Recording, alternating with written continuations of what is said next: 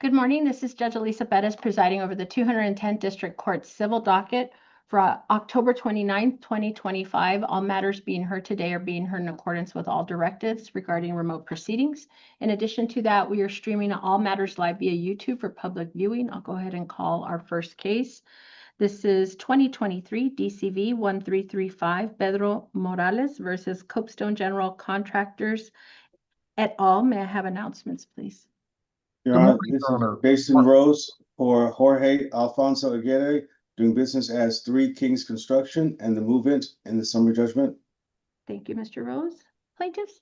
Good morning, Your Honor. Mark Standard from Tawny Acosta and Chaparro on behalf of Plaintiff Pedro Morales, in opposition to the motion for summary judgment being heard this morning.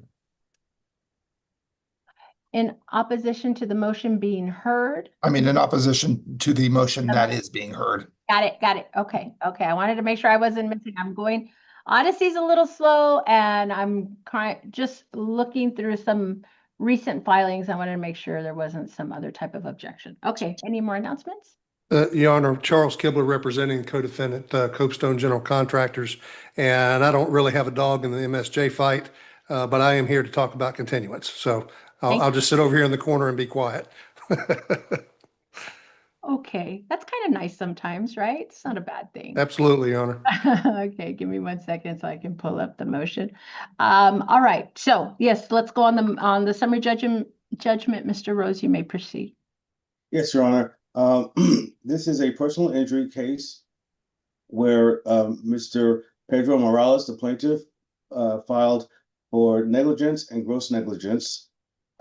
He filed and this cause of action accrued on December 1st, 2021. And my client, Mr. Jorge Alfonso Aguirre, doing business as 3 Kings Construction, was not sued until June 17th, 2024, just 200 days after the statute of limitations expired. He wasn't served with process until August 16th, 2024, which is 2 years, 8 months, and 15 days after his cause of action accrued. And we are now moving for summary judgment based upon our affirmative defense of statute of limitations. And plaintiff's counsel has argued a relations back doctrine to try to, toll the statute of limitations. But it is not applicable, Your Honor, because we're a non-party. And so the first amended petition, the original petition when it was filed, does not relate to or does not defeat the summary judgment statute of limitations argument because we were not a party when that original petition was filed. So we have proved the elements of our affirmative defense of statute of limitations and seek summary judgment. Okay. Thank you, Mr. Rose. Mr. Standridge, you may proceed. Good morning, Your Honor. May it please the court. Yes, sir. Your Honor, at the outset, let me correct one thing about what Mr. Rose has just argued. What the plaintiff is arguing is not simply relation back, but misidentification as it pertains to relation back under the Texas Rules of Civil Procedure. In this case, Your Honor, what the defendant has relied almost exclusively on are the pleadings, the petitions that have been filed in the course of this case, one of which was filed while this matter was improperly removed to federal courts. Let me start there. What the defendant's motion completely fails to account for and doesn't even acknowledge is that this matter was removed for a brief period, or actually not a brief period, a period of about 6 or 7 months to the Western District of Texas. Now, during that time, that was a removal that was initiated by a co-defendant, Copestone. At the outset of the federal litigation, the plaintiff opposed removal, stating that diversity jurisdiction didn't exist. So we opposed that from the outset, creating a jurisdictional question that the federal court had to address first before we could proceed. And in fact, I think as we've set forth in our response brief, the federal court didn't so much as enter a scheduling order or discovery control order, even though they're required to do so by local rule, because we raised that issue. We moved to remand. We also moved to amend our complaint or a petition to add another defendant, another Texas state defendant that would have further defeated removal jurisdiction. But even at the outset, that jurisdiction didn't exist. The federal court ultimately agreed, but it took 6 or 7 months to get there. The case wasn't remanded back to this court until February of 2024.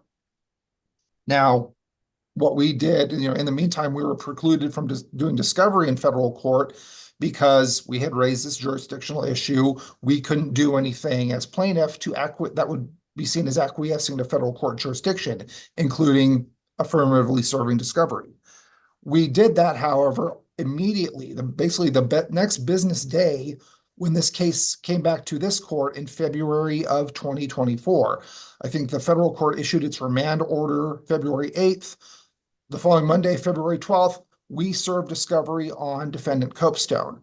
And in those discovery responses that we got from Copestone on March 27th, 2024, so about a month and a half later, that's the first time in the course of this case that there's any indication that Three Kings was actually the operator or the owner of the telehandler forklift that's at issue in this case. I think, as the court knows, basically the facts of this case are that Mr. Morales was instructed to be in this man basket that was operated or that was pushed up by a forklift.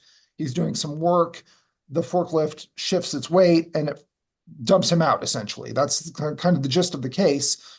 At the time we had originally filed suit, and while we were in federal court, we didn't know that it was Three Kings as opposed to Copestone or TNT or some other entity that was the owner operator of that forklift. We didn't find that out until we were able to do discovery back in this court. Then once we did that, we amended the petition in June 2024 to add Mr. Polanco and Three Kings. Now, I want to note a couple of things. First, that's almost a year before this court's deadline for amending pleadings. So we're well within the deadlines that were set forth in this court's discovery control order. And as we said, this is misidentification because based on the limited information we had when we originally filed and when we were in federal court without the benefit of further discovery, we didn't know who exactly the operator of the forklift was. We thought it was Copestone or one of the other defendants. It ends up being that it's Three Kings. That's why we named them in June. And then initially, I think, as the court is also aware, when we tried to serve them, Three Kings was dodging service. And that's in the court record that we had to move for an order from Your Honor to do substitute service, which we ended up doing and finally got them served. So Three Kings shouldn't be rewarded for its attempts to prolong this case by dodging service and then coming back almost a year after that saying, well, the statute of limitations ran. And I think there was a point at which Copestone was actually trying to identify Three Kings as a responsible third party. My understanding is that that was later withdrawn, and that's reflected in an August 6th order of this court. But there was this substantial question about who's at fault, who's at issue, and that's still at issue. And based on the misidentification doctrine, this case is still was timely filed and timely served as against Three Kings. Now, Three Kings, as Mr. Rose said in his presentation, they've raised statute of limitations as an affirmative defense.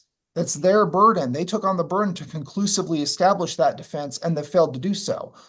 As I said at the top of the hearing, just looking at the pleadings themselves and comparing the dates doesn't do the job. It doesn't tell the entire story. What Three Kings has failed to do is negate the misidentification argument and the tolling and relation back arguments that we have made in our response. So they didn't file any sort of reply brief to negate any of those matters, even though the hearing in this matter was continued. They had time to do so. They have not done it. And I'd end by noting that section 16.6068, the statute regarding relation back, regarding these issues, it's supposed to be liberally construed so that a plaintiff doesn't, improperly lose a claim based on the mechanical application of the statute of limitations. That's what we have here, Judge, is a situation where the equity, the balancing of the equities favors keeping three kings in, particularly given the fact that plaintiff was taken to federal court without their consent on an improper basis. And then once we got back and found out about three kings' involvement, three kings attempted to dodge discovery, or pardon me, to dodge service, and then raised the statute of limitations basically at the latest possible stage. So for those reasons, Judge, and for the reasons set forth in our response brief itself, we ask that the summary judgment motion be denied. Mr. Rose, do you have a response? Yes, Your Honor. Well, I object to counsel's mind reading attempt for this court, saying that we were what my client was attempting to do and what he was not attempting to do. Has not been deposed, nor has he given any testimony as to what occurred.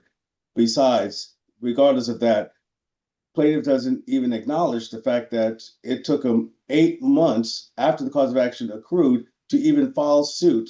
It took 8 months before the statute of limitations expired before they filed suit. So they waited, or he waited, a considerable amount of time, and that time could have been properly used, efficiently used to identify who's the responsible party, but plaintiff waited and left him only an 8-month gap in order to do so, which they failed to do so. But more than that, Your Honor, while they were in federal court, plaintiff received initial disclosures from Copestone as early as August 25th, 2023, which had the master service agreements identifying who Copestone is, as well as the purchase order or the subcontract agreement for this particular project, identifying who Three Kings Construction is. Not saying that we waive or admit to liability or being responsible for this, because my client has denied having any responsibility for this, which is plaintiff's burden to prove. Plaintiff is arguing to the court as if we admitted that we were the ones who were guilty at fault and we were hiding, and it was conspiracy with Copestone because they were probably removed. It's a lot of this fluff and extra background noise plaintiff is trying to create, but essentially it boils down to plaintiff is not entitled to have actual knowledge of the defendant before statute of limitations can apply. And so with that being said, Your Honor, the relations back doctrine doesn't apply. The misidentification doctrine doesn't apply. My client is entitled to summary judgment based upon statute of limitations. All right. Is there anything else? No? Okay. All right. Mr. Sandridge, Briefly, Your Honor, I just want to address that last argument about the initial disclosures that were provided in federal court. Those initial disclosures didn't put the plaintiff on notice that Three Kings was actually in any way at fault. And when you look, and I believe we attached these as exhibits to our summary judgment response, the federal court initial disclosures require defendants or to require the parties to identify persons with knowledge and who might also be responsible for fault or for liability in this case. And we didn't get that from the initial disclosures that were produced. What we got were a handful of documents identifying Three Kings as a subcontractor. Didn't identify them as the subcontractor who was operating the forklift. So that's the missing link that we didn't get until the case was remanded back to this court. So again, you have to have some sort of knowledge. You have to have some sort of good faith basis to sue someone. The defendant has suggested otherwise, that we don't have to have actual knowledge of what a defendant did before we attempt to sue them. That's completely contrary to the rules of pleading. We didn't have that good faith basis until we got the discovery responses in March of 2024. And that's when we proceeded to add Three Kings as a defendant. I'm good. All right. Anything else on the summary judgment motion? All right. The summary judgment, the defendant's motion for summary judgment is respectfully denied. Mr. Standridge, if you would please provide the court with an order. Will do. Thank you, Your Honor. The motion for continuance is also set for today. And as I briefly mentioned, we might have been off the record. I understand it to be an agreed motion for continuance. And so basically I'm asking for your input in terms of a timetable. If you're all in agreement, obviously the court is fine resetting the January 2026 trial date. So you all are in agreement? Yes, Your Honor. Yes, Your Honor. Mr. Rose? Yes. Okay. So what kind of timetable are you all looking at? Your Honor, I was thinking somewhere in the May, June timeframe for a trial date. We're having some difficulty getting our depositions taken care of, and that's of parties. And obviously now with this court's ruling today, that's going to change some things about Mr. Polanco's depo. We do have the plaintiff's depo set for about 3 weeks from now, which we've had difficult scheduling that. And we've had a little dust up over Mr. Polanco's deposition, which the court will hear at some time in the future. So once we get these fact and party witnesses out of the way, then obviously we need to take care of experts.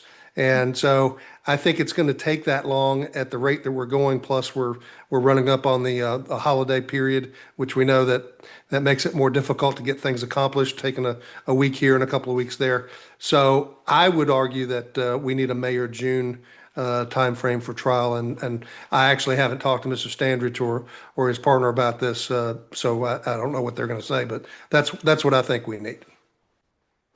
Okay.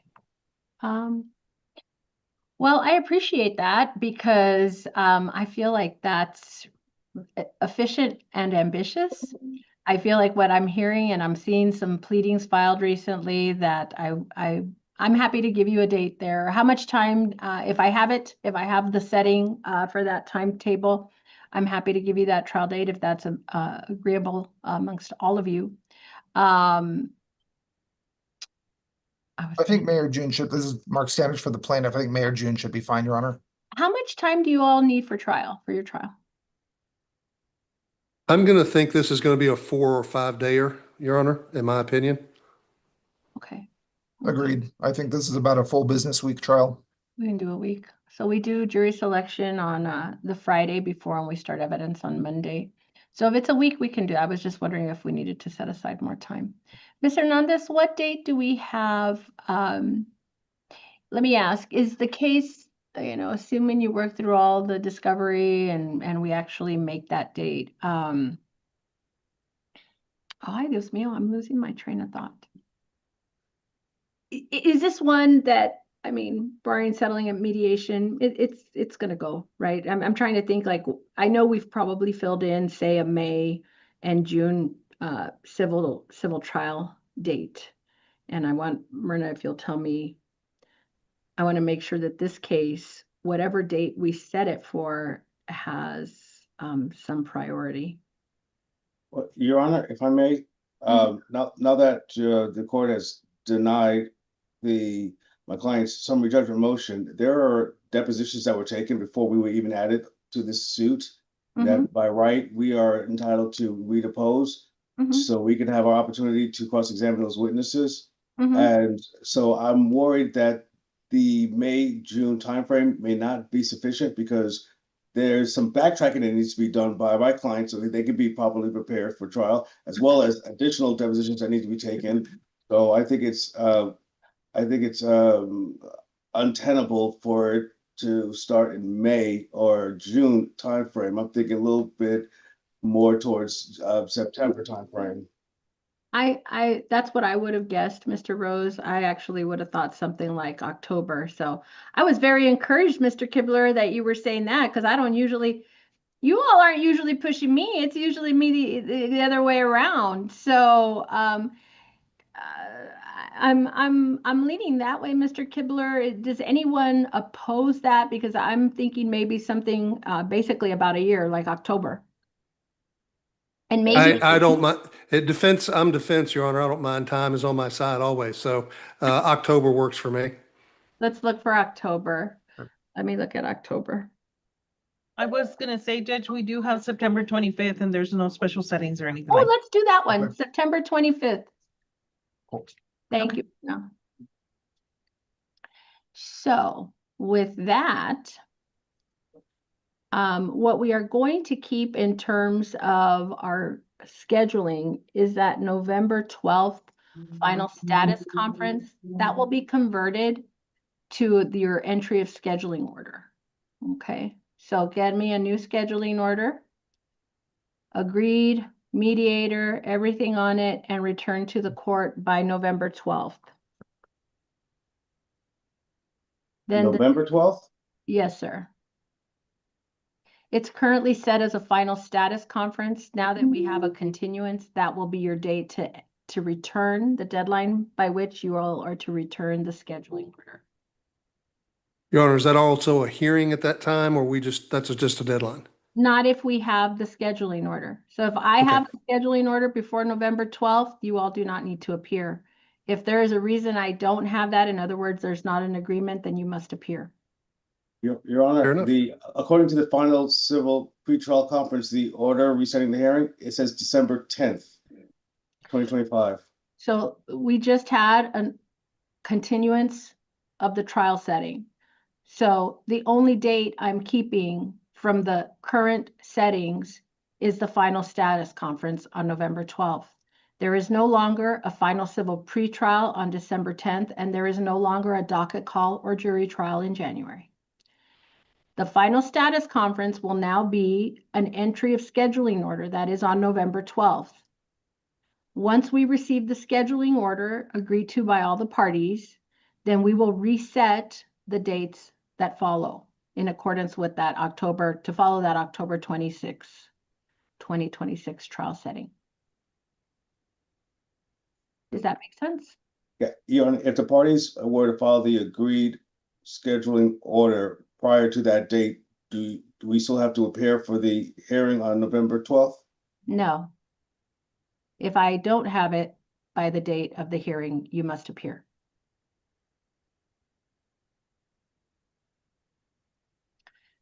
Once we have our schedule leading up to our trial date, you will have settings, but if there is anything that requires a hearing outside of those settings, send your filed pleading and your request for hearing to Ms. Hernandez so that we can schedule your hearing. I don't know, some folks do know, there are some new rules regarding summary judgments now. So if we have any further summary judgments filed along the road, the court will not accept. If something is filed, the court will be setting it for hearing. And the court will not accept, phone calls or emails that say, we worked it out, we don't need the hearing. Not going to happen. I am required to rule on them by a date certain. So unless you rescind or take it back, we're going to have a hearing. Okay. What else? Nothing from plaintiff, Your Honor. Thank you. All right. Your Honor, I just want to get clarification. You want the mediator identified by name? Yes.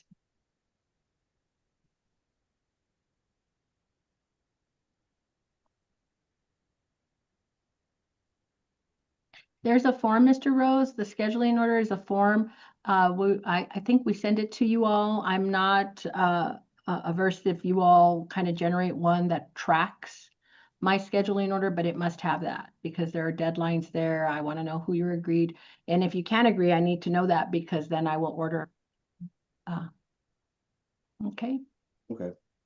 Okay. Mark, I'll go ahead and get you guys figure out a list of acceptable. I think Alex already did, but shoot around, circulate a list of mediators that you might want. We've prepared a proposed agreed before in this, so I'll just put my team on that, All right. and I'll circulate it amongst the crowd, and we can doctor it up, and we'll get this done before 11/12 Thank you so much. or 11/17. Anything else? That's all, Your Honor. Okay. If you need any other hearings, let us know. Okay. Thank you for your time. Will do. Thank you, Thank Your you, Honor. Honor. Thank you. Have a good day. Bye-bye. All right. So we have our friendly suit. Yes, ma'am. You want to bring them in? Mm-hmm. I did not see, Myrna, did we get a report from Diana on this one? We might have. I did a quick search of my email and I didn't see it. Let me do a quick one, Judge. I don't recall that one. And I feel like this is a I don't know. You know what, Judge? This Right. morning I did see a filing submitted. I don't know if e-file. Okay, yes. Let me go ahead and take it in so that it can appear in Odyssey. This Mhm. morning when I was going over it, I had seen that it was like stuck in processing, but I Okay. just saw that it went through. So you'll see it in Odyssey as well in a bit. Okay.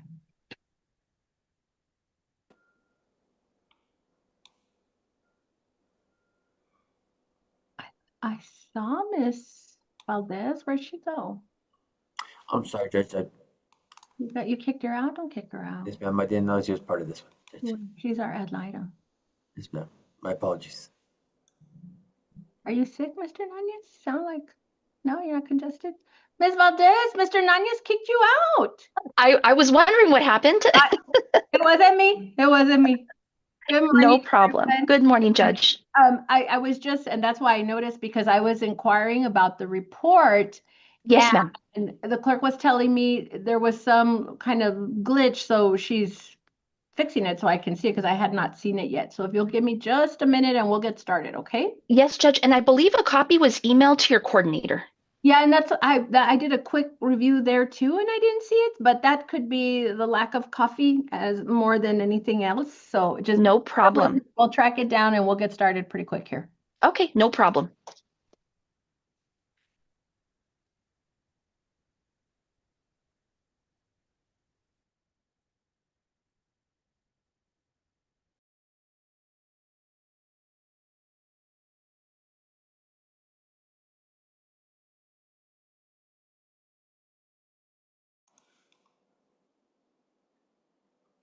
Hello, Miss Carr. Are you there? Yes, how are you Hi. doing? Which case are you here for? So I have PNC Bank representing PNC versus Bernard Moy. I think it's Bernard Moyer. Yes, ma'am. I'm gonna put you back in the waiting room. I just need to find out which one you were here for. Okay, perfect. Yes,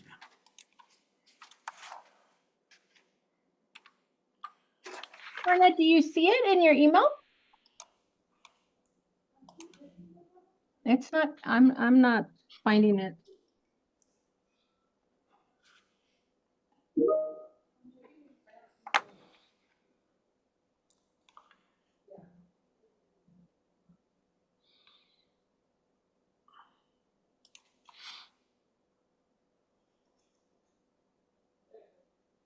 It should be showing in Odyssey now, Judge. Okay.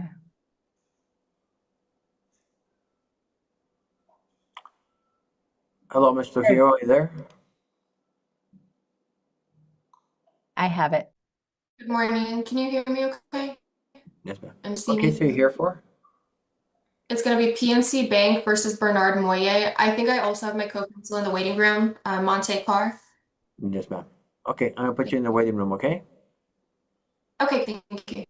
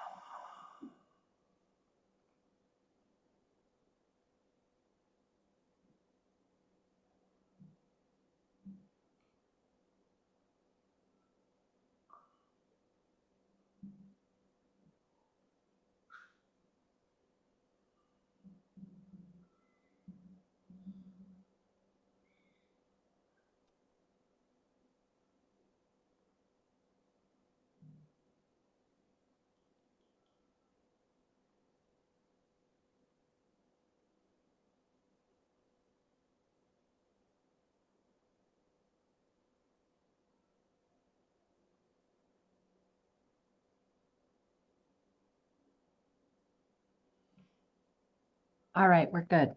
Thank you so much, Ms. Valdez. All right. Yes, Your Honor. Okay. Let's see, Mr. Morales and then Miss Willis. Miss Willis. I'm assuming they're gonna call you, so if we can get ready. Is everyone ready? Is everybody good to go? Oh, okay. Yes, Judge. Okay. All right, let's go ahead and call it. This is cause number 2024 DCV 5341. Joelle Willis is next friend of 3 minors versus Melissa McCormick. May I have announcements, please? Lee Montion on behalf of plaintiffs, Your Honor, and we're ready. Good morning. Good morning, Your Honor. Leo Morales on behalf of defendant Melissa McCormick. Good morning, Your Honor. Diana Valdez on behalf of the minor children in this matter. Good morning, everyone, and we are set for a friendly suit this morning. I have reviewed all, I think, pertinent documents. Mr. Monton, would you like to proceed? Yes, Your Honor, thank you. I'd like to call Miss Willis to the virtual stand, please. Miss Willis, good morning. If you could please raise your right hand. Do you swear or affirm any testimony you provide today will be the truth and the whole truth? Yes, ma'am. Thank you very much. You can put your hand down. Would you state your name for the record? Joya Christine Willis. Thank you. Mr. Monton, you may proceed. Thank you, Your Honor. Miss Willis, will you please let us know your relation to Junia Willis, Kalila Willis, and Aurora Willis, please? Biological mother. Okay, thank you. And we're here today because the at-fault party hit a light post, which in turn caused injuries to your girls. Is that correct? Yes, sir. Okay. And well, let's talk about Junia's case first. You're aware that we settled Junia's case for $100,000. Is that right? Yes, sir. Okay. And after attorney's fees and after paying all the medical expenses, Junia will be left with $32,946.53. Are you familiar with that number? Yes, sir. Okay. And with the $32,946.53, an annuity is going to be purchased. You're aware of that? Yes, sir. Okay. And there's going to be 3 lump sum payments. The first payment when Junia turns 18, she'll get $7,500, $12,500 when she turns 21, and then $26,090 when she turns 25. You're familiar with those numbers? Yes, sir. Okay. And are you asking the judge to approve Junia's settlement today? Yes. Okay. Now let's talk about Kalila's case. Are you aware that we settled her case for $50,000? Yes, sir. Okay. And you know what? I did not go over Junia's medical treatment. Let me do that real quick. Sorry. So back on Junia's case. So she was transported by ambulance to UMC on the date of accident, correct? Yes. Okay, and there they did a bunch of diagnostic tests, which included CT scans and X-rays, correct? Yes. Okay, and then you took her the next day to the hospitals of Providence, where they did some more X-rays and then a CT scan of her pelvis, correct? Yes. And then they did a trauma transfer to UMC on that same day, is that right? Yes. Okay.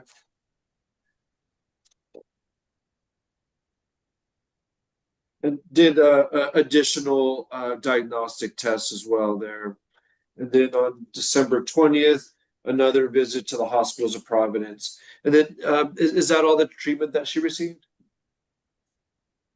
Yes. Okay. And we went over her settlement numbers. So if we'll go over to Kalila's, so as we mentioned, Kalila's case, you're aware that it settled for $50,000, correct? Yes. Okay. And after attorney's fees and after paying the medical expenses, the amount due to Kalila is $13,829.18. You're familiar with that number? Yes. Okay. And she, with that money, that an annuity is also going to be purchased, and she'll receive 3 lump sum payments, correct? Yes. Okay. The first payment, when she turns 18 would be $5,000. When she turns 21, it'd be 7,500. And when she turns 25, it'd be $12,881 with a total of 25,381. You're familiar with that, those amounts? Yes. Okay.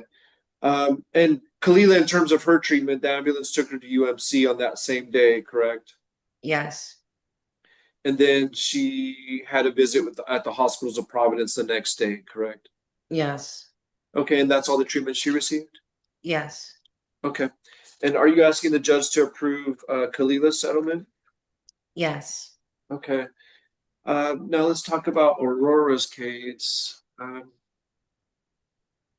Let's see. So on Aurora, she was seen at the hospitals of Providence the day after the accident on December 13th. Is that correct? Yes. Okay, and that's all the treatment she received? Yes. Okay, good deal. And you're aware that we settled her case for $10,000. Is that correct? Yes. Okay. And after attorney's fees and after medical expenses, she'll receive $5,081.66, which a certificate deposit, a CD, is going to be purchased for her. Is that correct? No. Okay. Sorry, maybe I'm confusing one of the girls with the other. I believe I spoke with Ms. Valdez earlier, and we've come to an agreement that she would get a UTMA. Oh, okay. Okay, is that the one that's going to renew after every 5 years? Until she turns 18? Can Miss it's supposed to hold it until she's over 18. Okay, but you came into an agreement with Ms. Yes. Valdez in that regard, is that correct? Of how Yes. her funds are going to be used. Yes. Good deal. You're aware that one last thing. Are you asking the judge to approve Aurora's settlement today? Yes. Okay. And you're aware that if Judge Perez accepts or approves these settlements, that you would no longer ever be able to go after the at-fault party ever again. You understand that, correct? Yes. And you understand that once the girls each individually, become adults, that they would no longer ever be able to go after the at-fault party ever again. You understand that, correct? Yes. Okay. And do you feel that these settlements are in the best interest of your girls? Yes. Okay. Thank you, Ms. Willis. I pass the witness, Your Honor. Mr. Morales, I'll start with you. I just have a couple of questions, Your Honor. Sure. Good morning, Ms. Willis. My name is Rogelio Morales. I am the attorney for the defendant, Melissa McCormick. Do you understand? Yes. Okay. And as of today, how old are each of your children?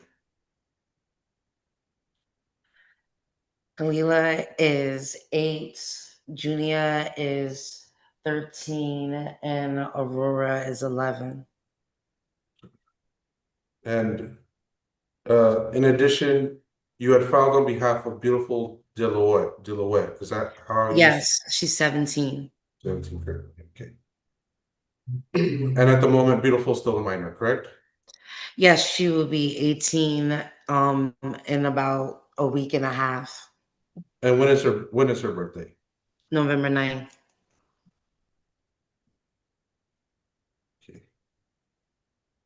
And in the past, have you ever given up any parental rights you had over any of your children?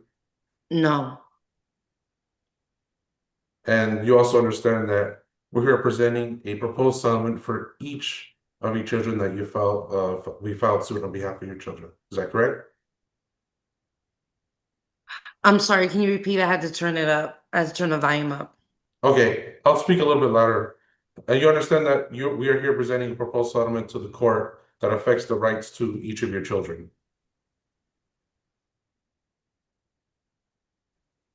I think she froze. Let me see if she. Yes. Okay. Miss Willis, I think we're having. Yes. Miss Willis, Yes. I don't know if maybe you're getting some kind of notification. You froze there for a minute. So Mr. Morales, and I think, can you still hear us? I can hear you. Okay, it's a little choppy. Let's start at that last question just so I make sure and have a clean record. Okay, Mr. Morales? Okay, that works. All right, Ms. Willis, you understand that you're here presenting a proposed settlement to the court that affects the right to each of your children. Yes. Okay. You also understand that the case before the court involves an accident that occurred on December 12th, 2023. Yes. Okay. And during this accident, is your understanding that Aurora, Junia, Kalila, and Beautiful were injured, correct? Yes. And in regards to each of your children, how are they doing today? Okay. Okay. And that's for all four of them? Yes. Okay. And in regards to each of your children, have they been able to move on from this accident? No. In what way have they not been able to?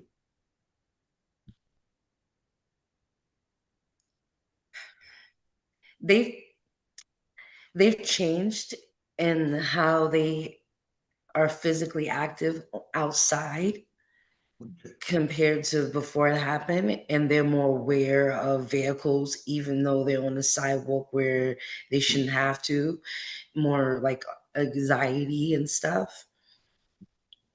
And in regards to each of your children, and despite this anxiety, have they been able to return to their normal curricular activities such as school and any sports they may be in?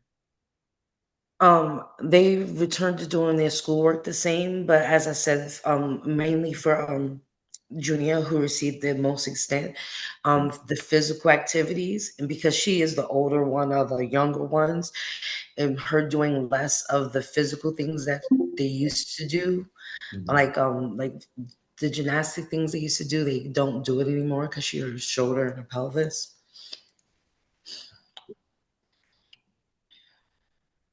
And it's also your understanding that in this lawsuit, it is alleged that my client, Melissa McCormick, was at fault for that accident, correct?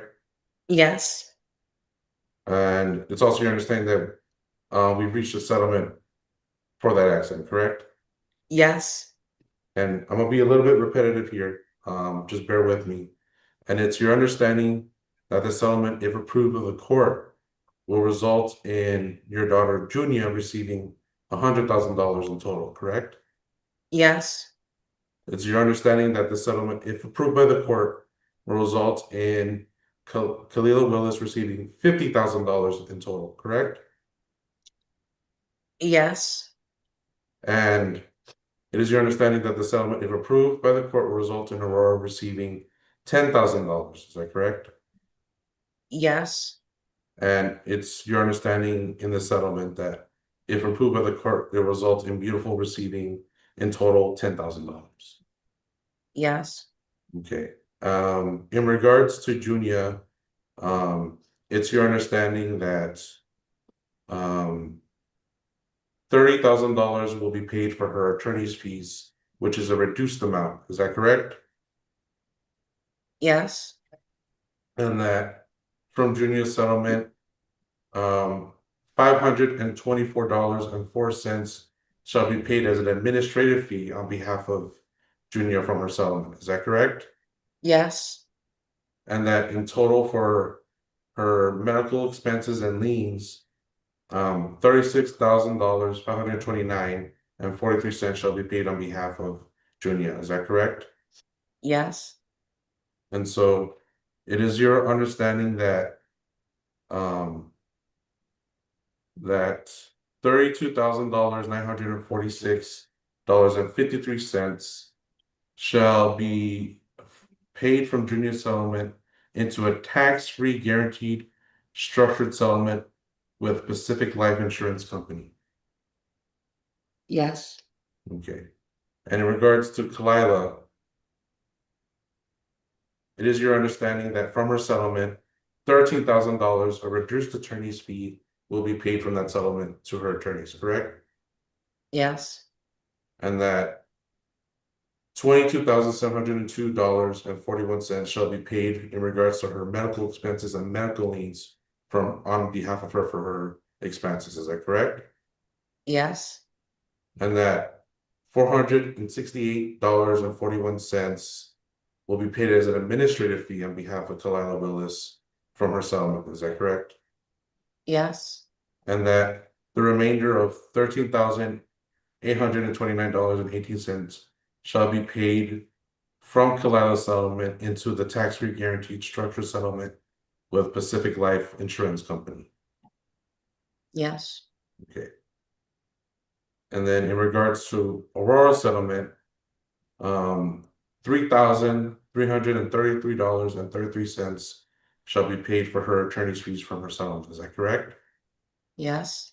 And for her medical expenses, it is your understanding that $1,263.23 of it shall be paid from her settlement for her medical expenses. Is that correct? Yes. And that the remainder of $5,081.66 shall be paid from Aurora's settlement into an UTMA account or certificate of deposit account. Is that correct? Yes. And that it's your agreement with the guardian ad litem that that account shall not pay out Aurora until she turns 21 years of age. Is that correct? Yes. Mhm. That's now I remember too. Yes. And earlier you stated that Beautiful turns 18 just in a couple of weeks, correct? Yes. And it's your understanding that and your agreement with the guardian ad litem in this case that Beautiful will be paid out her settlement at the time she turns 18. Is that correct? Yes.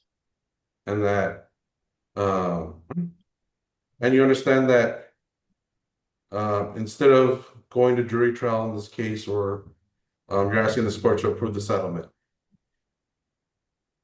Yes. and that you understand that you could have a jury award you and your children more money, less money, or even nothing at all. Is that correct? Yes. And you're telling the court today that you do not want to take this matter to a jury and you want this matter settled today for each of your children. Yes.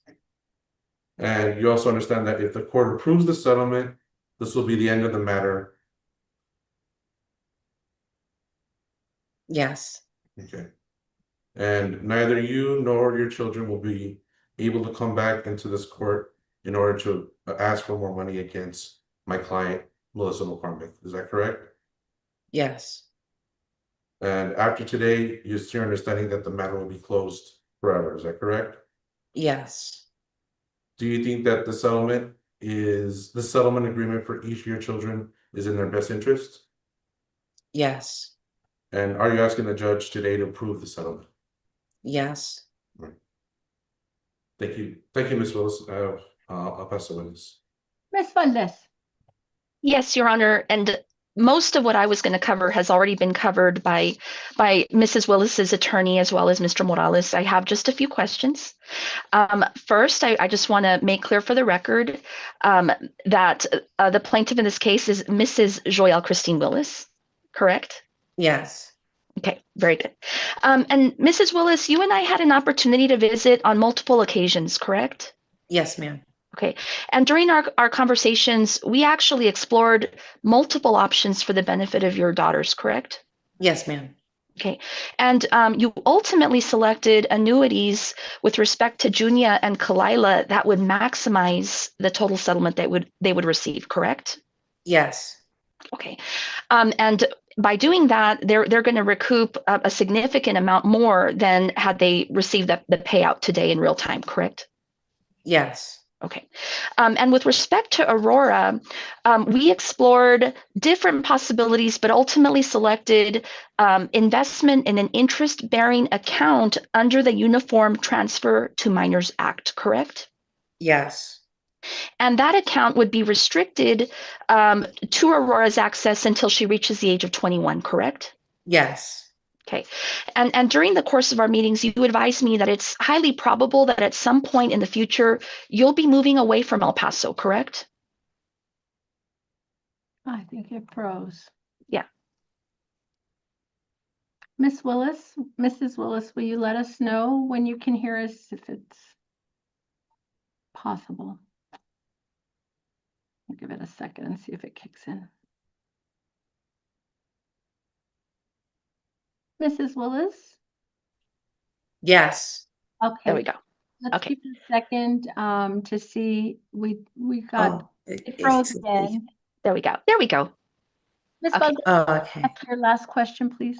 Yes, Judge. Yes. So, Mrs. Willis, you advised me during the course of our meetings that it's highly probable that you'll be moving away from El Paso in the future, correct? Yes, ma'am. Okay. And so we wanted to ensure that Aurora had an option that would not require her to return to El Paso County in the future, correct? Yes.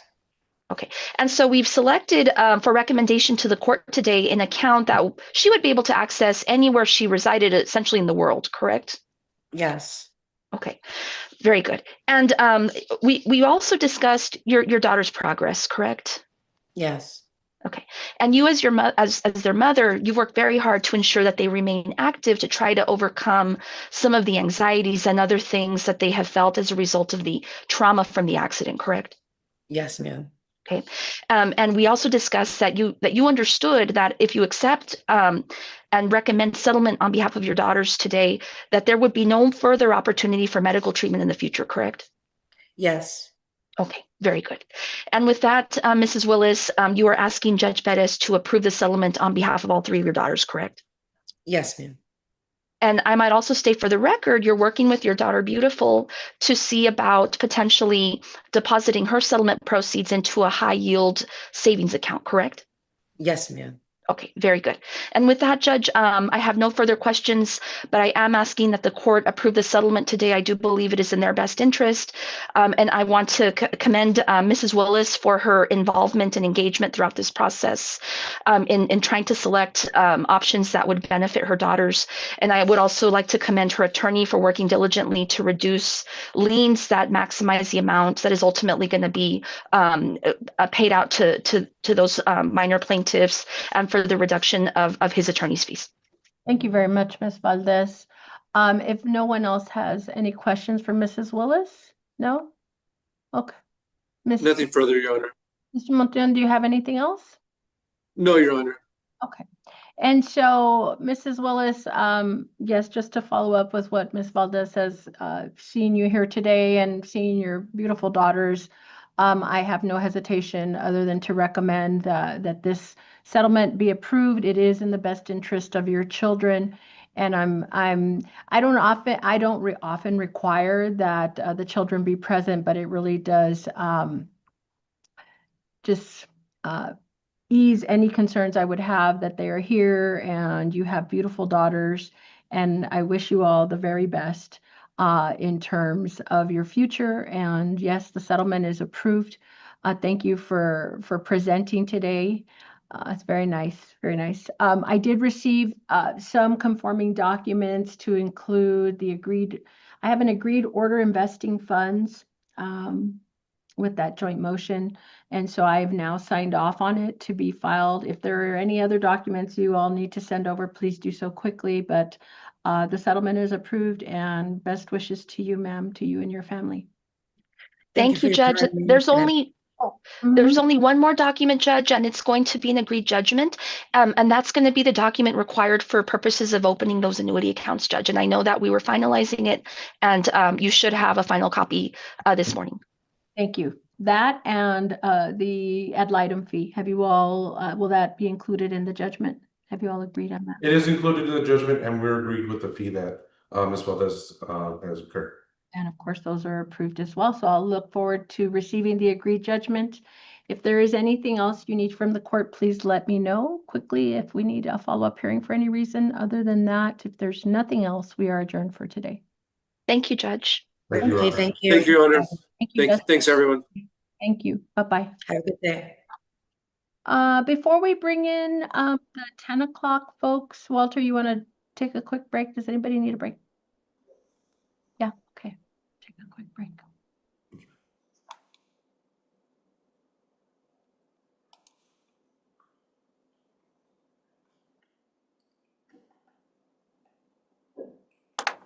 Hello, Ms. Furlow. What case number are you here for? Are you muted, ma'am? Sorry. There you go. I'm here for cause number 2021 DCV 3028.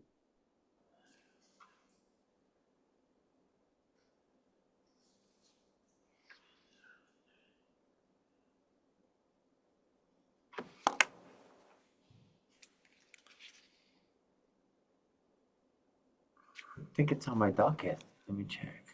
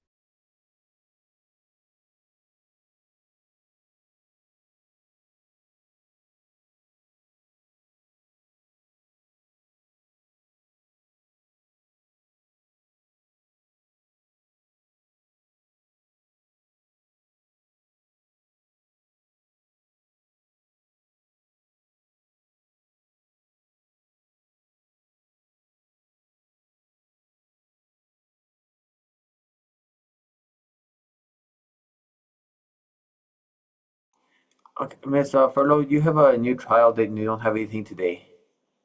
Okay, thank you. Thank you, ma'am.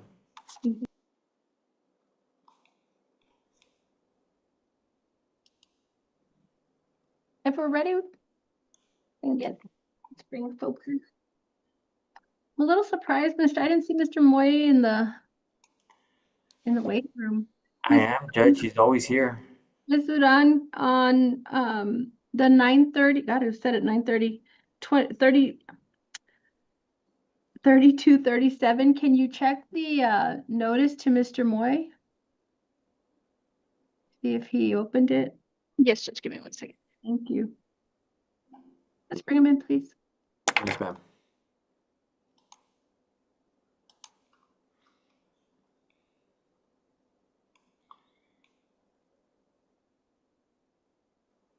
He did, Judge. He opened it September 23rd. Thank you. I think we can bring everyone. Good morning, Ms. Carr. We can bring everyone in. Yes, There's ma'am. however you want to do it, Mr. Nunez, but. How are you doing, Judge? I'm gonna bring it up again, Judge. I was just inquiring, Miss Carr, about Mr. Moy. And I don't see him in the room, but he did receive notice. I've confirmed that with the clerk, so.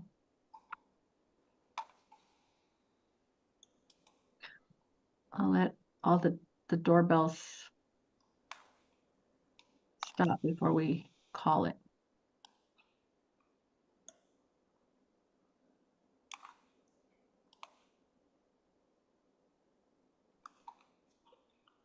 That's everything, Judge. Okay. All right, Ms. Carr, are you ready? I am, Your Honor. All right, calling cause number 2023 DCV 3237, PNC Bank National Association versus Bernard R. Moy. May I have announcements, please? Yes, Your Honor. It's Monte Carr on behalf of PNC Bank, and I have my colleague here with me. Gabby, you could say your name for the record. Good morning, Your Honor. Gabriela Trujillo with Zwicker and Associates on behalf of the plaintiff. And I am looking, is anyone here representing Mr. Moy? I know he has been self-represented, but I do not show that he is in the waiting room. For purposes of the record, the court did confirm with our clerk that he received and opened the notice of today's bench trial. Frankly, my memory, I don't remember if at the last setting I gave a specific date, but certainly there was an understanding and he was present that this would be reset, I think in about 30 days. So I'm a little surprised he's not here. It is now 10:16 and we were set at 9:30. I've been looking at the waiting room. Mr. Nunez, at any point was he logged into the Zoom as far as you could tell? No, ma'am, no point did he log on. Okay. All right. Ms. Carr, you may proceed on your bench trial. Thank you, Your Honor. Your Honor, I bring this case before the court is PNC Bank against Bernard Moyer. The case is just a simple breach of contract case. It's a credit card debt agreement, Your Honor. In this case, Mr. Moyer actually obtained a credit card contract with PNC Bank on, let's see what date that was. December 14th of 2014.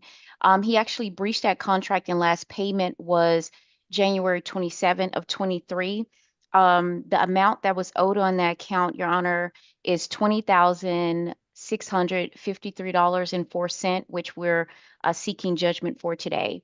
Your Honor, this case here, the defendant would actually served on October 7 of 2023 at 6416 Morningside Circle, El Paso, Texas, 79904, which is in the court's jurisdiction and venue is proper.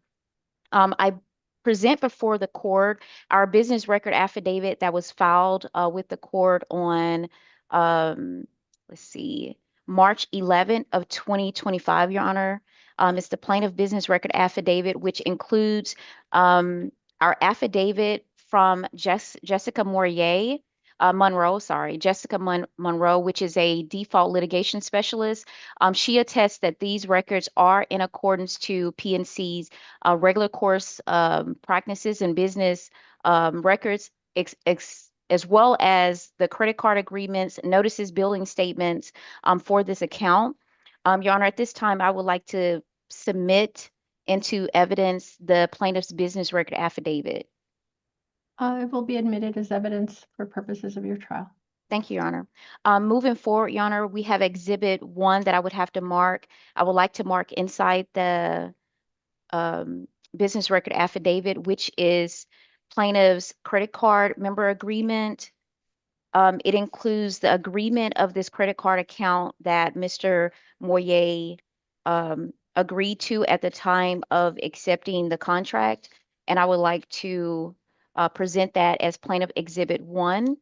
And then Plaintiff Exhibit 2, which are the credit card statements, which includes the charge-off amount and the last payment for this account, which is, let me see what the account number. In terms of any exhibits that you're going to be offering for your trial, Ms. Carr, is Yes, Your Honor.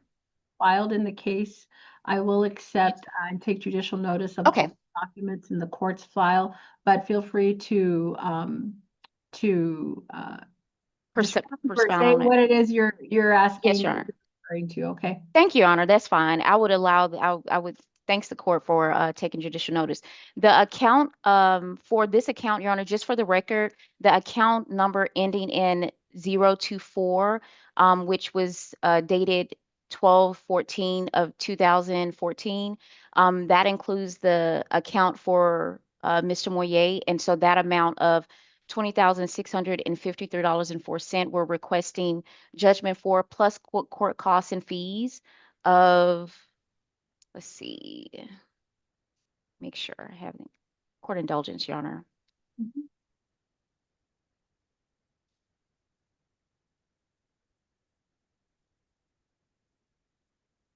Court costs, Your Honor, of $441.85, plus post-judgment interest of 7.5%.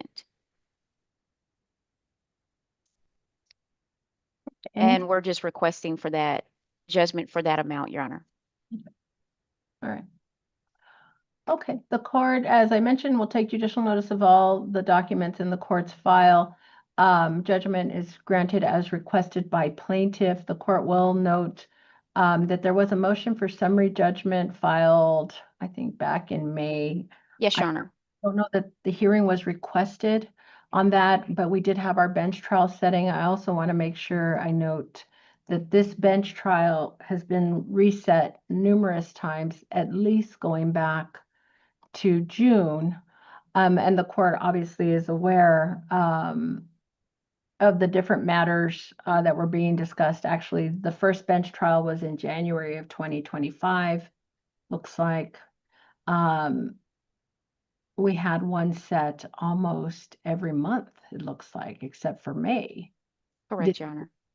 And so the court is aware that there were ongoing discussions, but obviously Mr. Moy is not present today. So the judgment is granted. Please submit your proposed judgment for my signature and it will be filed with the papers of the court. Will do, Your Honor. Thank you. Maybe we be excused?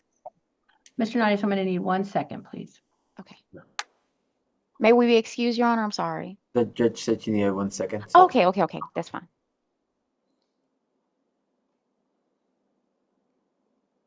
Yeah, but yes, you are excused. Thank you. Thank you, Your Honor. Thank you, Your Honor.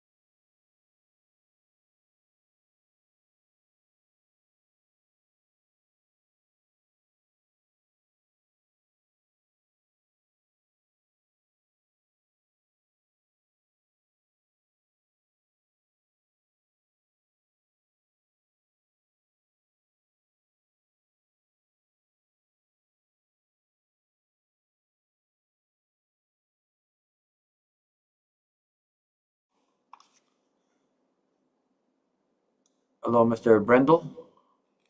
Mr. Ross Brendel?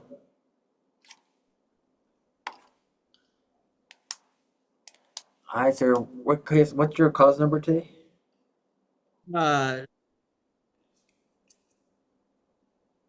Is 2025 DC 3709.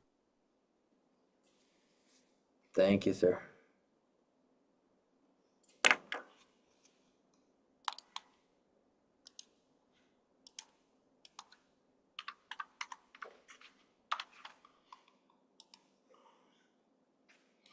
Good morning. Excuse me. I had a question. I think I may be mislabeled with my cause number. I just wanted to clarify that with the court.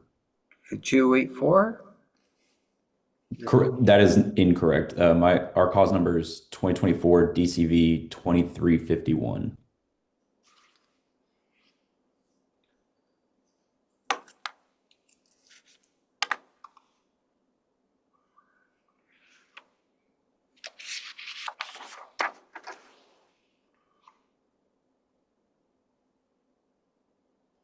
I'm sorry about that. Let me change that.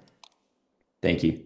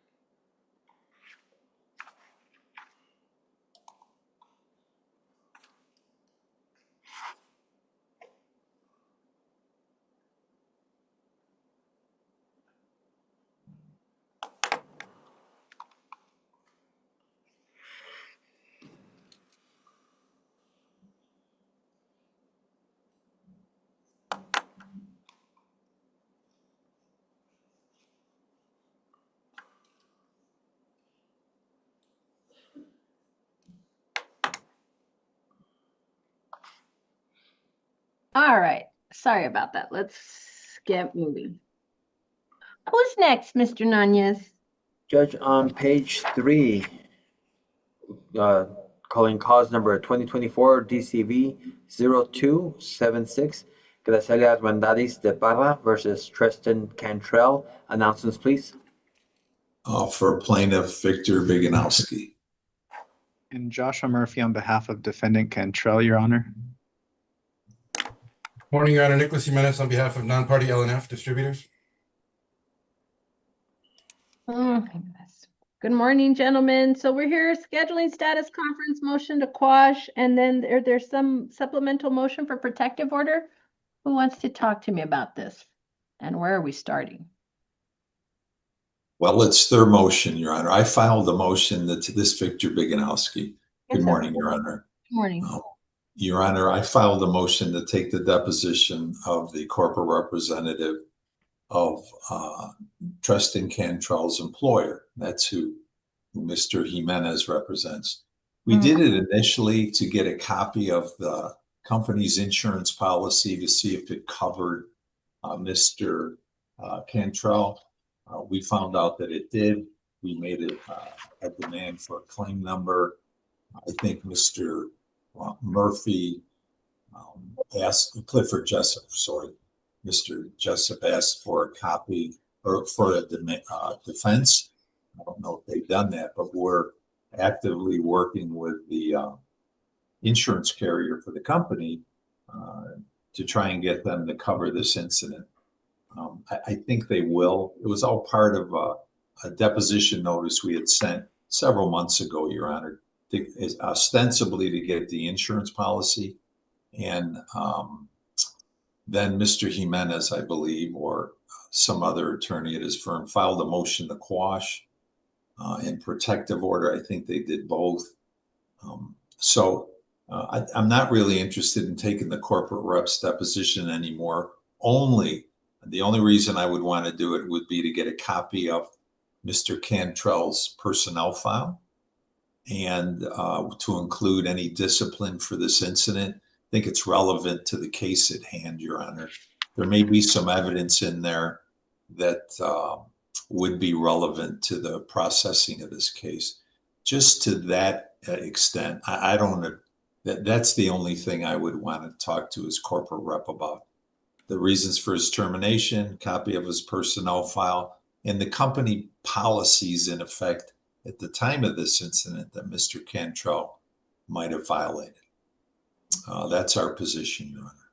The rest of the deposition notice, I don't need to ask his corporate rep about. Just limited to those sections. All right. So I'm sorry, is that Mr. Jimenez? Are we talking about LNF or? Yes, ma'am. Okay, Mr. Jimenez, let me hear from you.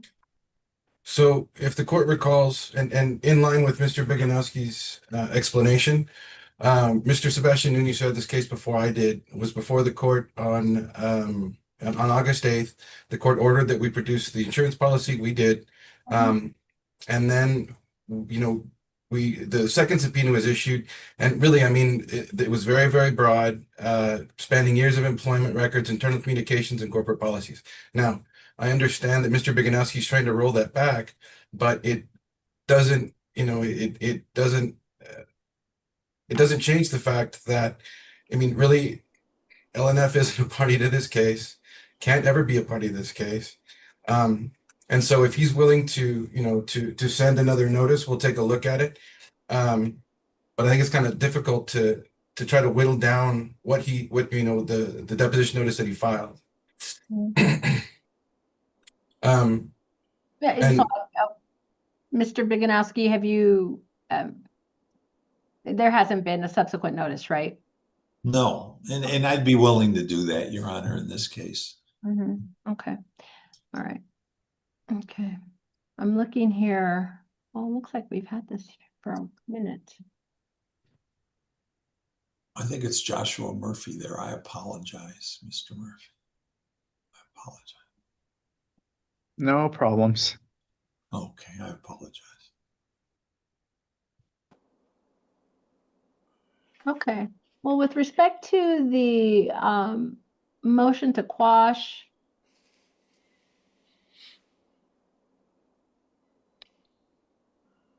and there's the supplemental motion for protective or a motion to quash. Okay. I'm going to grant the motion to quash, kind of with the understanding here that maybe Mr. Biganowski, you're going to make, I guess, an amended request and Yes, sure. cross that bridge if we come to it.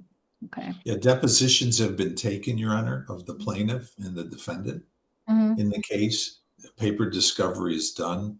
It's just mediation left. If we could get a trial date into next year, I think we'd be in good shape. We not have a trial date? Oh, we do? Okay. No, we don't. And I'm okay. I didn't think so. I'm surprised at that. Do we Well, Your have Honor was gracious enough to let us clear this up before we went on. So we're ready now, Your Honor. Plaintiff is. So let me ask, is this something that we can set for around May? May, June is fine with me, Your Honor. Plaintiff Victor Biganowski. That should work for us as well, Judge. Ms. Hernandez, what do we have May of 2026? Judge, for May, it's the 15th. Okay. So 5/15,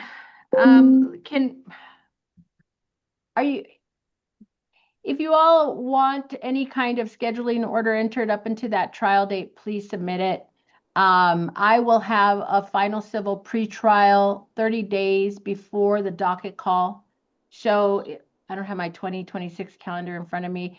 If the 15th is Friday, then the 13th, May 13th is the docket call. About 30 days before that, we will have a final civil pretrial, which is the day after your mediation deadline. So the mediation deadline will be April something, the Tuesday before the final civil pretrial. Yeah, April 15 is 30 days before. That's a Wednesday, Your Honor. If you will please generate a scheduling order that at least includes those deadlines and anything else, but those deadlines and your agreed to mediator on there, and return it to the court within 2 weeks. I guess we're Yes, saying Judge. Yes, Judge. And if you need the full-blown scheduling order, complete it. Yes, sure. Okay, with that timetable in mind. Is there Okay. anything else that was pending for today? Mr. Jimenez, I don't know if you're going to provide an order. I can, Your Honor. I did have a couple of questions, though, relative to Mr. Biganowski seeking the employment policies, training procedures.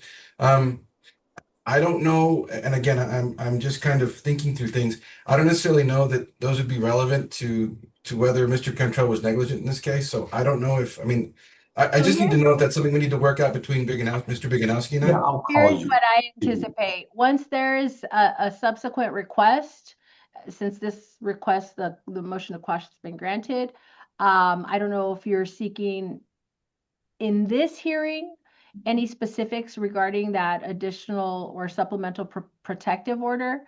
I'm kind of thinking that you're going to get a new request and we're going to come back on a hearing with any objections or concerns.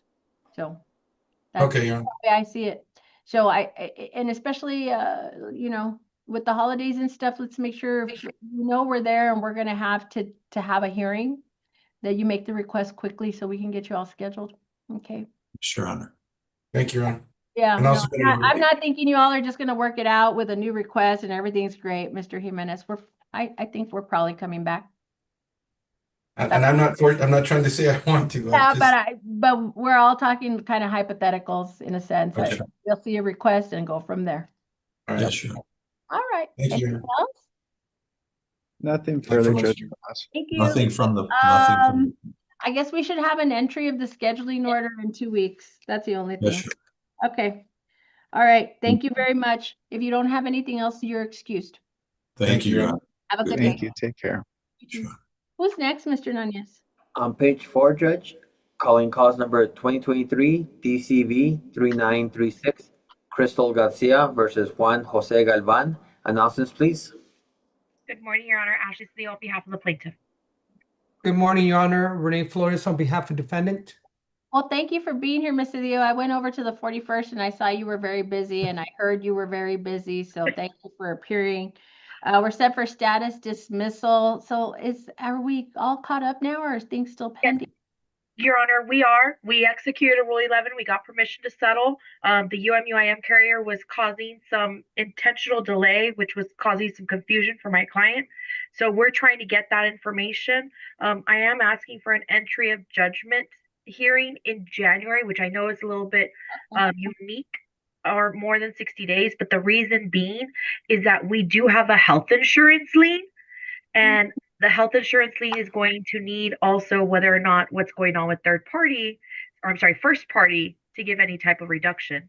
Okay, I'm not going to question it. I'm just going to say set it for latter January. Myrna, I feel like I want to say this is where we were last time, but I don't want to get bogged down in that. We'll see you in January 2026. Okay? Yes, sir. Thank you so much. Y'all are excused unless you have something else. No, thank you, Judge. Thank you, Your Honor. Have a good day. You All too. right, next one, Mr. Call, Nunez. calling cause number 2025 DCV 3284 GECU versus Eduardo Carrera. Announcements, please. Sharon Shostrom appearing for GECU, Your Honor. Bear with me 1 second. Ms. Duran, can you tell me, did we have, or Miss Shostrom. How did we notify Mr. Carrera? By regular mail, first class mail, and certified mail. Okay, did we get any kind of confirmation on that certified, or did the first class get returned?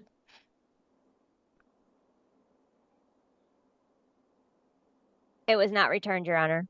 Okay. Do we know about the certified? Does it have the information? Number on it? It does not, and we've just started that new system where I don't have access to the. Yeah, it looks like the notice of hearing only went out on the 17th. And there was no email listed there for Mr. Carrera. Ms. Sostrom, so we know, I like to have some kind of verifiable notice to defendant. So we're going to do a 30-day reset on that. Let me ask, Ms. Duran, did we have any kind of email notice on that notice of hearing to Mr. Carrera? No, Judge, he wasn't listed on the eServe, so nothing is appearing for him. Ms. Sostrom, do you have an email for him? No. Oh, okay. Sometimes we can have that as a backup, so, they've received emails or... We're going to do a 30-day reset. That'll put us right around December, early December. If you would please, the manner in which you did the notice is fine. That's what I'm going to ask. I'm going to ask about either the certified return on that certified mail. Okay. All from there. Okay, so we'll just be a 30-day reset. Thank you for your time. Thank you, Your Honor. All right, who's next? Judge, on page 4, calling cause number 2025 DCV 3709, Porfirio Diaz Recovery Associates LLC versus Jason A. Jones. Announcements, please. Did you say Porfirio Diaz? It's portfolio.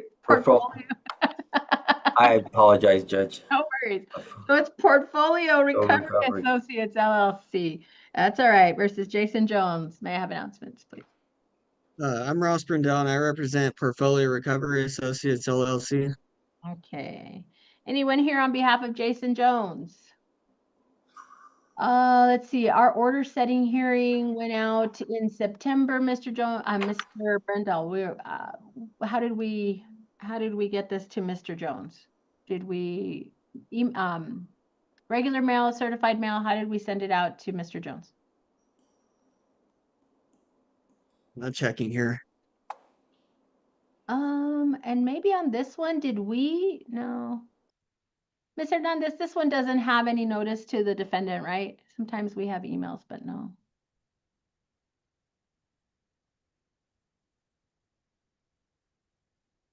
Yeah, I don't see a hearing notice here. I see some of the court notes. It looks like it's from the court. Mm-hmm.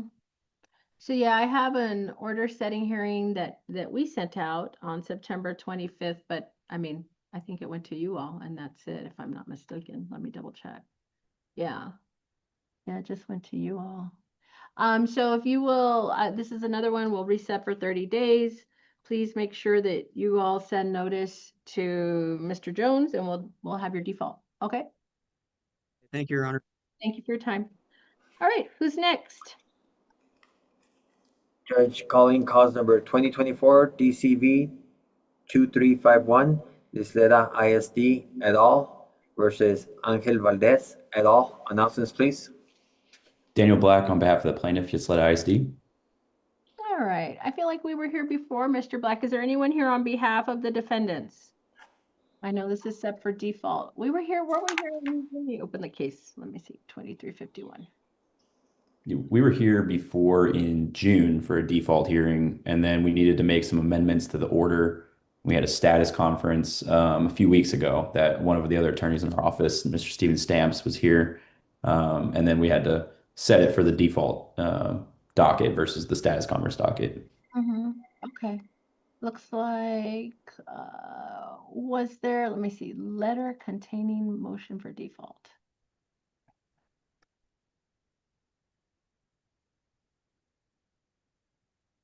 Okay. Okay, but that was.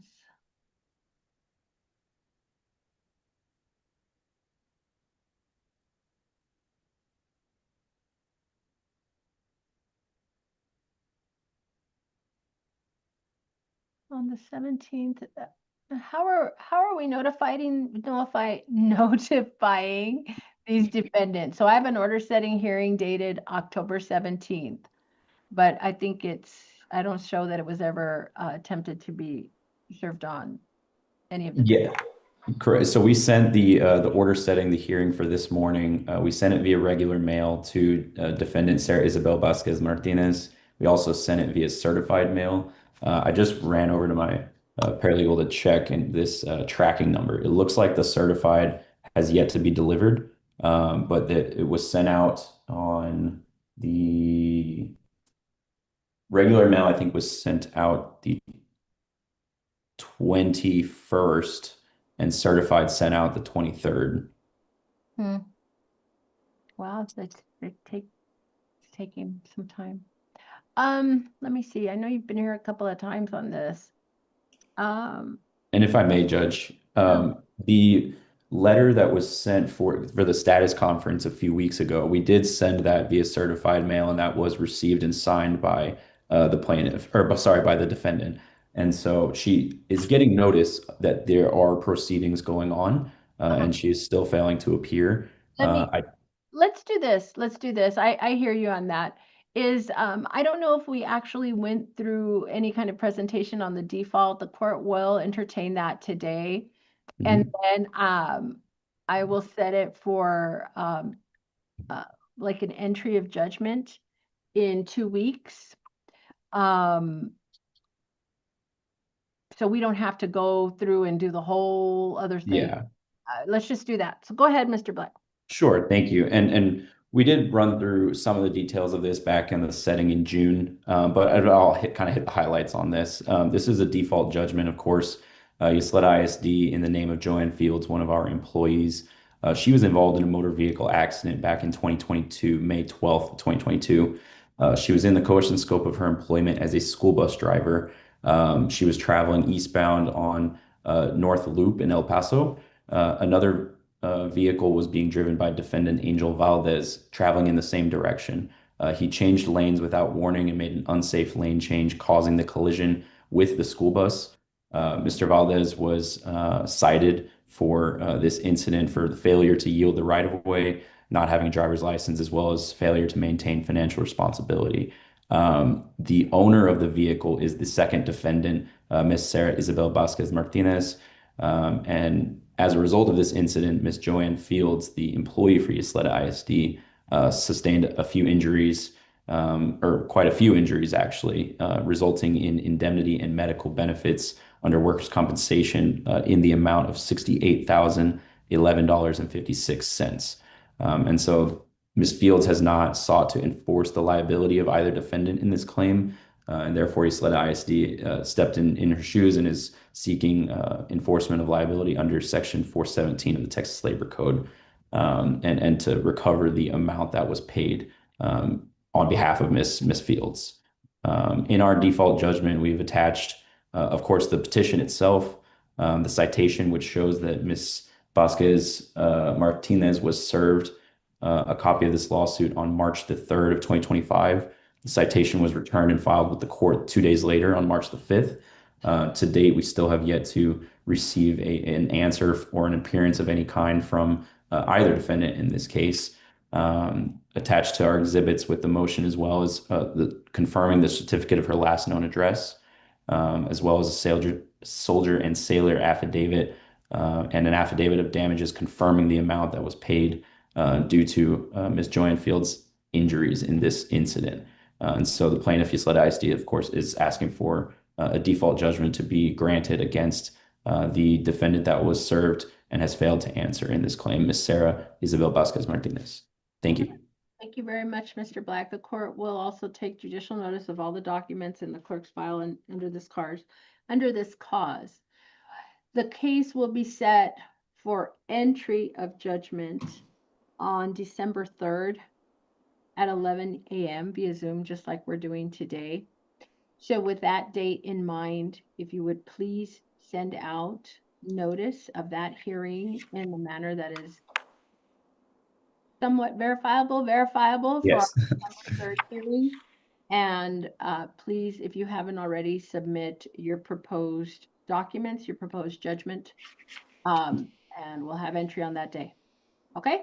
Thank you, Judge. I believe we've sent the order in, and we'll just verify and send that one more time to the court coordinator just to verify, and we'll get that letter out to the defendant for December the 3rd at 11 a.m. Perfect. Thank you very much for your time. If you don't have anything else, you're excused. Nothing further. Thank you so much, Judge. Have a great day. All right, who's next? Judge, calling cause number 2025 DCV 2559, Auto Investments LLC versus Kotiba Azam, aka Azam Kotiba. May I have announcements, please? Yes, Judge Blake Downey on behalf of Plaintiff Oral Investments. Your Honor, Aldo Lopez on behalf of the defendant. All right, good morning. We are set on plaintiff's motion to compel, but this was filed back on September 22nd. Am I right? Is that the right one? Your Honor, Mr. Lopez and I had both emailed the court coordinator some little disjunctiveness related to my changing of firms.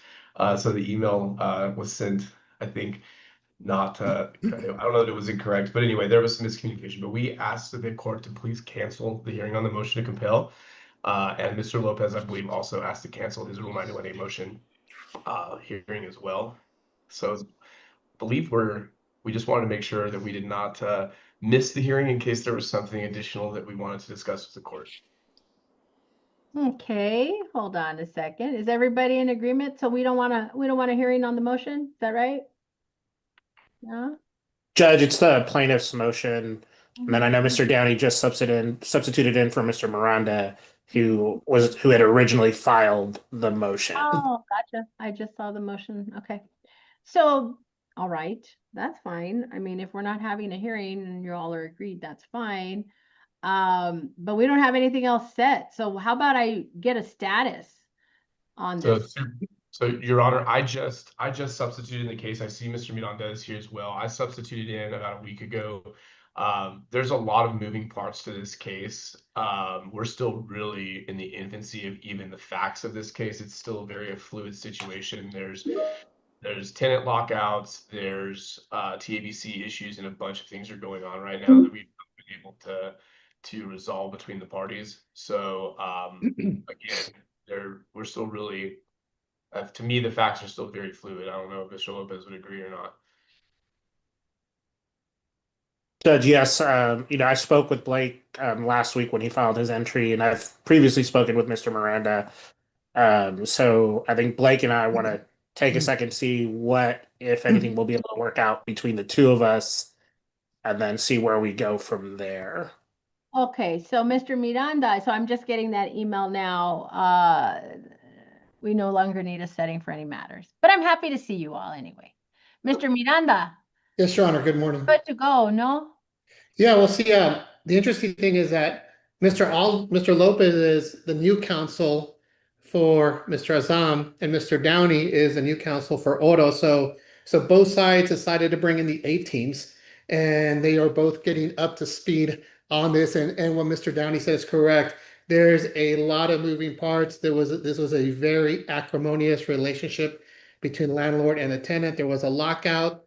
During my involvement, we were able to agree at the JP court level, because there's also a JP matter pending, for Mr. Azam to recover a lot of his personal property and move out of the space so we can move to relet it and mitigate the damages. But there's still TABC issues because there was a lot of alcohol left at the property, which I believe Mr. Downey will address. He's more of a specialist on that. So what they said is accurate. I think they both need to get a feel for where each of the respective clients were at and then go from there. I had filed a motion to compel mediation because we were hoping to maybe at least bring the parties to a place where they could start talking to each other and move forward. But I'll let these gentlemen pursue that.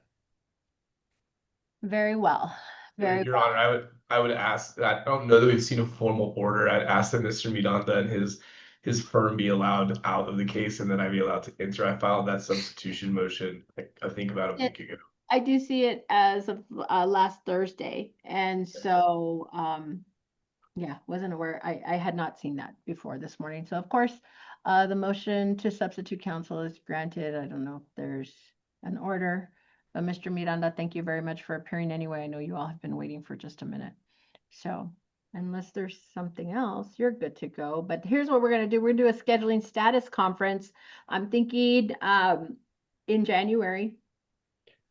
I think, Your Honor, I think that gives us enough time to figure out the TABC issue, which should be figured out in the next 30 days. It'll give a chance for all of us, for Mr. Lopez and I, to sit down and see if there's anything that we can do once we figure out what the TABC is going to do with the location of the issue. Okay, so we're gonna go towards the end of January, scheduling status conference. We'll see where you all are and see what you're requesting. So hopefully we can get this moving. Okay, thank you so much for your time. If there's nothing else, then you all are excused. All right, Thank you very much. Have a good day. Thank you, gentlemen. Thanks, y'all. Thanks. Okay, so we're almost caught up now. We're caught up, Judge, or 11 o'clock isn't here yet. Is it just one? Yeah, it's just one case. Okay. Thank you. Yes, ma'am.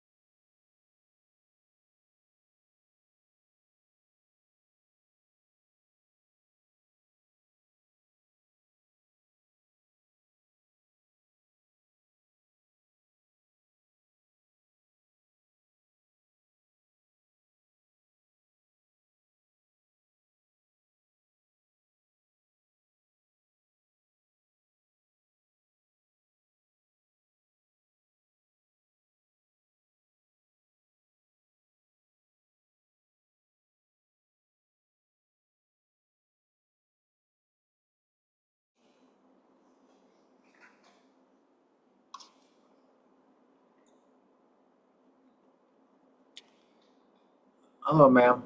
Are you here for Kelvin Bethan versus Jerry Soto?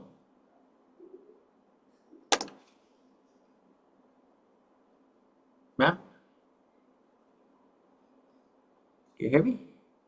Can't hear you. Can you hear me okay, Walter? I can hear you, Miss. Yes, ma'am. It must be on your end, ma'am. Mhm.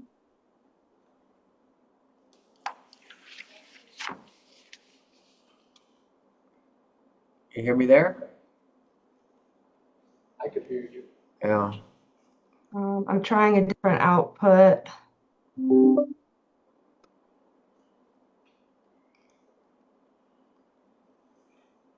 about there?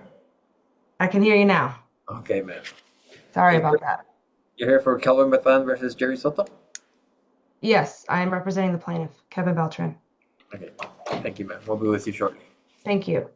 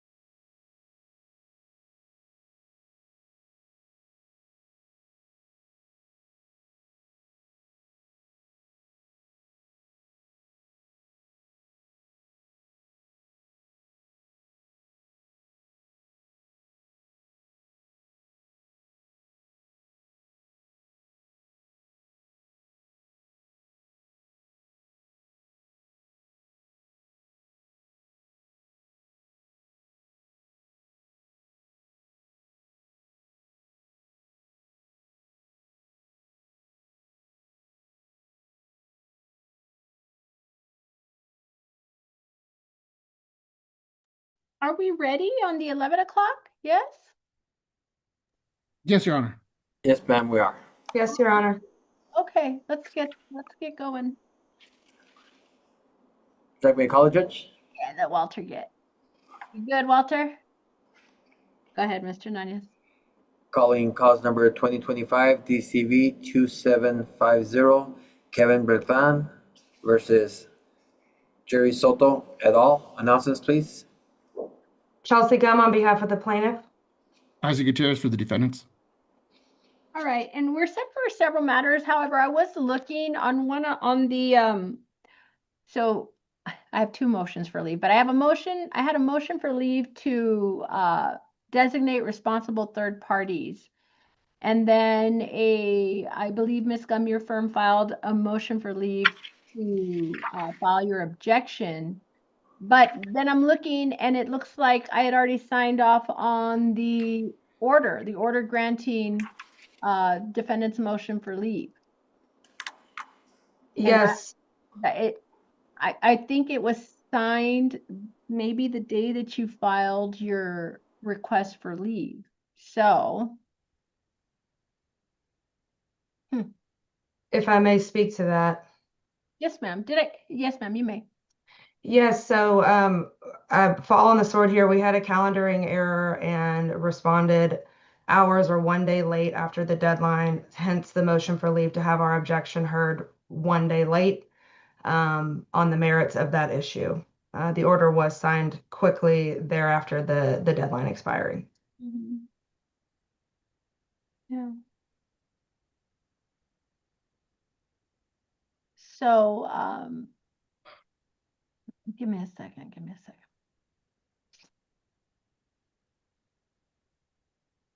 Mr. Gutierrez, I'm going to assume you want to stand by the court's order and you object to their motion for leave to file a 1 day late response, right? That is correct, Your Honor, because I think the rule is pretty clear that failure to actually object within a time frame, I want to say it's like 15 days after we file our motion. If there's no objections, the court must, the law specifically states must grant the order.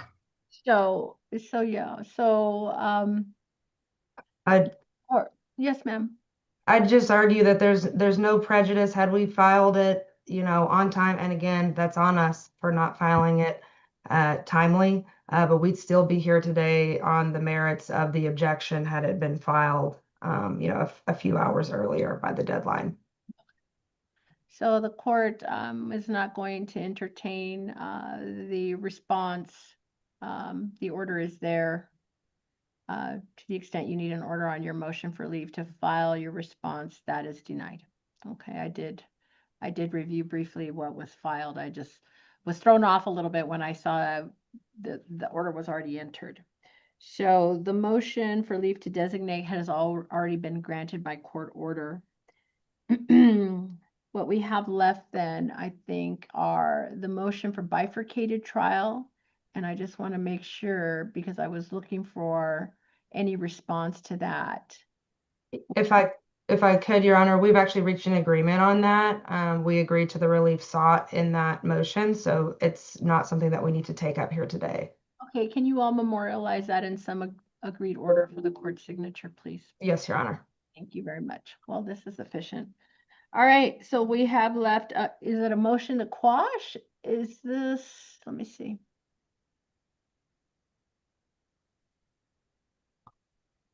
When were these depositions supposed to take place? I believe they were noticed November 7th. Okay. All right, Mr. Gutierrez, your motion to quash, what's going on? So, Your Honor, we're not opposed to actually providing to engaging in fair discovery and having these depositions conducted eventually. It was premature when they requested immediate dates for depositions. We hadn't even engaged in any discovery. We just recently received plaintiffs' responses. I'm actually working on providing responses to their discovery requests. I was hoping that we can at least get engaged in some basic discovery so that when I do start preparing my clients for their depositions, we at least have some kind of context. It's not going to be a deposition by ambush. And so we were just asking for some reasonable time. I anticipate maybe I'll try to do it sometime in December. If not, I'm looking for dates in January. But I also wanted to make sure that we got this motion for designation of responsible third party addressed as well, and this motion for bifurcation. Those were key things and that I think is going to make a big determination how this case posture proceeds forward. And so now that has been addressed, like I said, I'm willing to work with council on available dates that work with both parties for December or January. And I relayed that to opposing counsel yesterday. So, Well, but the you dates all that are working very well together for the most part. And that, I think, all of that brings us to our last matter, which is a scheduling status conference. And so for my purposes, I am going to give you a trial date about a year out. I think it's, you can anticipate something like November or December, early December of next year. So, Ms. Hernandez, do you all have a preference, November or December? I mean, I won't set you like, it'll be like whatever the first trial date in December is, if that's good. If not, tell me. that works for the defendants here. I would, prefer the earlier of the two. So Okay. So, Ms. Hernandez, what's the November date? November 6th. That's perfect. That's perfect. November 6th, 2026. So how it goes, we circulate to you all the scheduling order. Obviously, if you all generate one that pretty much, contains everything that mine does, do that, include your mediator, sign off on it with that trial date in mind. You'll get your dates. Return it to the court within 2 weeks. You'll see an entry of scheduling order hearing in 2 weeks. As long as I have an agreed order, you all don't need to appear. If we do not receive the agreed order, then you do have to appear for that entry hearing. Anything outside of those hearings, please make your request for hearing with your filed pleading via email to Ms. Hernandez. Say we need a hearing outside of those dates and we'll get you scheduled, okay? Sounds good, Your Your Honor. Honor. Anything else? Nothing on our end, Your Honor. Nothing for the plaintiff.